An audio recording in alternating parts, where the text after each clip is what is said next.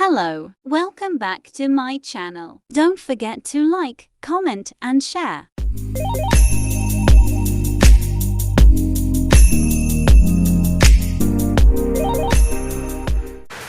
Om Swastiastu. Hai teman-teman, perkenalkan nama saya Maria Mesia Kristiana, nomor absen 28 dari kelas 11 bahasa. Di sini saya akan menjelaskan secara singkat biografi tokoh yaitu Kuniaki Koiso dan perjuangannya dalam kemerdekaan Indonesia. Kuniaki Koiso. Kuniaki Koiso lahir pada tanggal 22 Maret 1880 dan wafat pada tanggal 3 November 1950. Beliau ialah Perdana Menteri Jepang ke-41 antara 22 Juli 1944 sampai dengan 7 April 1945. Koiso dilahirkan di Prefektur Tochigi pada tahun 1880. Seorang prajurit karir, Koiso lulus dari Akademi Ketentaraan Jepang pada tahun 1900 dan meneruskan mengikuti perguruan tinggi perang bangsa. Akhirnya ia mencapai pangkat jenderal. Karir Koiso berkembang pesat antara tahun 1920-an sampai dengan 1930-an. Saat ia memegang berbagai posisi militer terkemuka dan pemerintahannya. Koiso adalah Gubernur Jenderal Korea antara tahun 1942 sampai dengan 1944, di mana ia diberi nama julukan Macan Korea untuk kekasaran administrasinya. Pada tahun 1944, dengan kejatuhannya pemerintah Hideki Tojo, Koiso dipilih sebagai Perdana Menteri baru Jepang meski mengalami perjuangan kuat dari pejabat tentara senior. Selama masa pemerintahannya, Angkatan Jepang menghadapi banyak kekalahan di tangan militer Amerika Serikat. Untuk mempertahankan pengaruh Jepang di antara penduduk negeri yang dikuasainya, Jepang pun berusaha meraih dukungan dari rakyat Indonesia. Selain membentuk organisasi dan mengait tokoh nasional, Jepang juga memberikan janji kemerdekaan yang dikenal dengan Janji Koiso.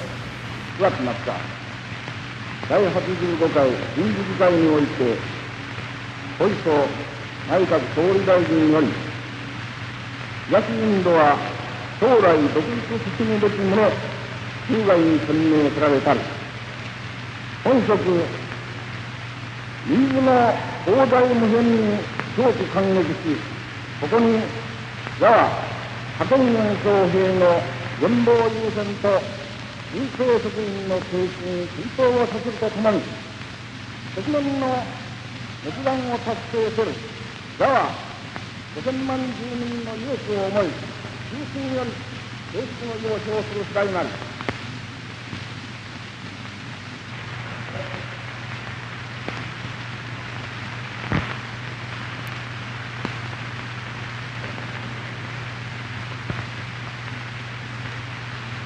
Paduka Yang Mulia Saiko Sitikat. Dengan hati yang terharu, kami menerima pengumuman bahwa Kerajaan Dainippon memperkenankan kemerdekaan segenap bangsa Indonesia di kemudian hari. Hati dan jiwa kami meluaplah dengan rasa terima kasih yang sekhidmat-khidmatnya kepada Yang Maha Mulia Tenno Heika yang bermurah hati memperkenankan terkabulnya cita-cita kami yang telah berpuluh-puluh tahun itu. Dengan hormat, saya atas nama segenap rakyat Indonesia meminta kepada Paduka Tuan supaya Paduka Tuan mempersembahkan terima kasih kami ke bawah duri Yang Maha Mulia Tenno Heika. Janji Koiso adalah pernyataan yang disampaikan Perdana Menteri Jepang Kuniaki Koiso pada tanggal 7 September 1944 dalam sidang istimewa Teikoku Henkai ke-85 di Tokyo. Janji Koiso berisi janji kekaisaran Jepang untuk memberikan kemerdekaan bagi bangsa Indonesia suatu hari. Janji ini dikeluarkan karena Jepang tahu rakyat Indonesia dan tokoh pergerakan sangat mendambakan kemerdekaan. Agar rakyat mau tetap bekerja untuk Jepang, Jepang pun menggantikan kemerdekaan setelah Perdana Menteri Koiso mengeluarkan janji itu. Tentara pendudukan Jepang di Indonesia pun mulai melonggarkan pengawasannya kepada para tokoh nasional seperti Soekarno, Muhammad Hatta, dan kawan-kawan. Sebelumnya, mereka tak pernah berpidato atau mengumbar kata kemerdekaan di publik karena pergerakan politiknya diawasi ketat oleh Jepang. Posisi Jepang dalam perang yang makin terimpit mengkhawatirkan banyak tokoh. Para tokoh pergerakan khawatir Jepang batal memberikan kemerdekaan yang mereka janjikan. Mereka terus menagih kemerdekaan kepada Jepang. Sikap ini ditujukan Soekarno ketika janji kemerdekaan yang disampaikan Perdana Menteri Koiso ternyata tidak serius. Soekarno marah besar sehingga menakutkan Miyoshi pejabat Guseikanbu, alhasil dibentuklah BPUPKI. Menjelang kekalahannya di akhir Perang Pasifik, tentara pendudukan Jepang berusaha menarik dukungan rakyat Indonesia dengan membentuk Dokuritsu Junbi Tyosakai, atau Badan Penyelidik Usaha-Usaha Persiapan Kemerdekaan Indonesia, BPUPKI. Berawal dari pemberian janji kemerdekaan bangsa Indonesia oleh Perdana Menteri Jepang saat itu, Kuniaki Koiso, pada tanggal 7 September 1944. Pemerintah Jepang lalu membentuk BPUPKI pada tanggal 1 Maret 1945. Jepang tak bisa berkedip. Untuk memenuhi janjinya, mereka membentuk satu badan yang bertugas mempersiapkan dan merancang berdirinya negara yang merdeka dan berdaulat. Dokuritsu Junbi Kosakai atau Badan Penyelidik Usaha Kemerdekaan Indonesia (BPUPKI) itu dibentuk. Di saat yang sama, Soekarno juga mengirim surat kepada pejabat Indonesia di Jepang bahwa ia tak percaya kemerdekaan akan diberikan Jepang, tetapi harus direbut dalam perjuangannya. Nyatanya, Jepang tak pernah melunasi janji itu. Jepang tak kunjung memberikan kemerdekaan kepada Indonesia hingga pada tanggal 6 Agustus 1945, Amerika Serikat menjatuhkan bom atom ke kota Hiroshima, menyusul bom ke Nagasaki pada tanggal 9 Agustus.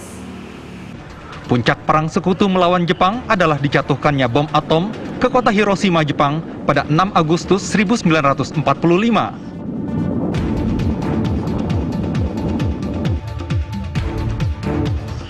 140.000 orang tewas seketika. Nyaris setengah dari penduduk kota Hiroshima yang ketika itu berjumlah 350.000. Tidak berhenti sampai di sana, bom atom kedua dijatuhkan sekutu ke kota Nagasaki, Jepang 3 hari kemudian, 9 Agustus 1945. Akibat bom itu, Jepang lumpuh dan tak berdaya. Jepang akhirnya menyatakan kekalahan dan menyerah. Kabar kekalahan Jepang segera dimanfaatkan oleh golongan pemuda untuk merebut kemerdekaan. Bagi Indonesia yang saat itu dijajah Jepang, momen ini menjadikan terjadinya kekosongan kekuasaan atau status quo di wilayah Indonesia.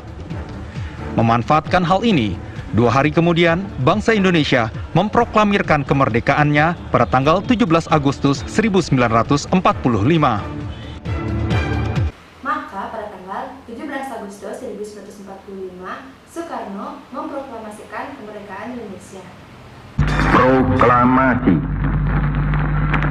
Kami, bangsa Indonesia, dengan ini menyatakan kemerdekaan Indonesia. Alasan saya memilih tokoh Kuniaki Koiso ini karena jika tidak adanya janji kemerdekaan yang dibuat oleh Koiso terhadap Indonesia untuk menarik simpati dan dukungan rakyat Indonesia, maka Jepang tidak akan melonggarkan pengawasannya terhadap tokoh nasional dan akan jauh dari kata kemerdekaan karena pergerakan politik yang sangat diawasi ketat oleh Jepang. Dan tanpa adanya janji kemerdekaan yang dibuat oleh Koiso saat itu, Indonesia tak akan dapat menagih janji kemerdekaannya kepada Jepang. Maka BPUPKI pun pasti tidak terbentuk. Dan akibat kekalahan Jepang terhadap Amerika Serikat, akhirnya Jepang menyerah dan kabar itu dimanfaatkan oleh golongan muda untuk merebut kemerdekaan. Sekian biografi yang saya sampaikan. Bila ada salah kata, saya mohon maaf dan saya tutup dengan Paramasanti. Om Santi Santi Santi Om. Bye bye.